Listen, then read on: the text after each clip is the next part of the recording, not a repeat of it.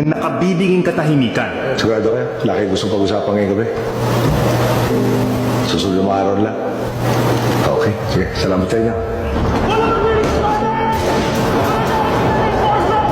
Hinayaan mo kaming maubos dahil mas importante sa iyo ang peace process mo. We seek for clear answers from the other party of the peace process. Ano ba itong overkill na to na ginawa niya sa mga tao? Simpleng mga tao lang ito eh. Tapos you will blame coordination? Bakit to justify the killing of my people? Kaya na ba ng Pilipino na marinig ang katotohanan ng hindi mapipikon? Sabi ko naman sa sarili ko, sir, there's no glory in this country, sir. This country is not worth dying for, sir. Kung yung gobyerno natin, sir, hindi kayang protektahan, sir, as a warrior, sir. I'd like to tell the Filipino people, I'm the last card. Ako ang huling barahan ninyo dito sa problema ngayon sa Pilipinas. This administration allowed Shabu to be caught inside the National Penitentiary. Is that your performance?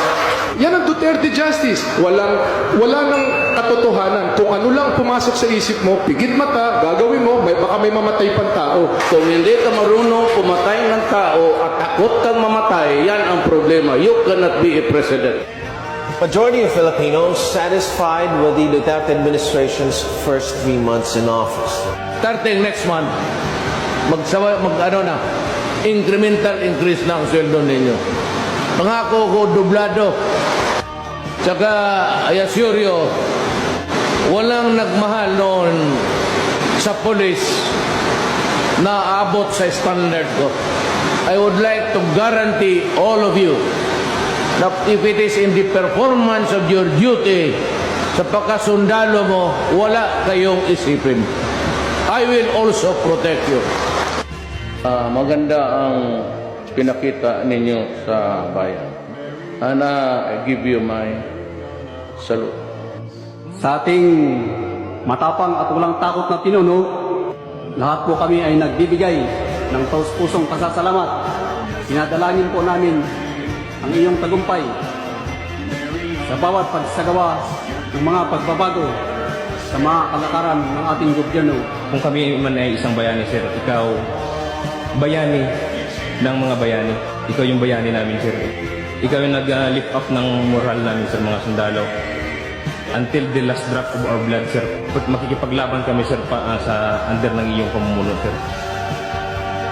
Kami ay mamamatay, sir, sa paglilingkod sa bayan. Dahil nakita namin ang aming presidente na talagang sincero. May honor ba tayo? Lakasan mo, may honor ba tayo?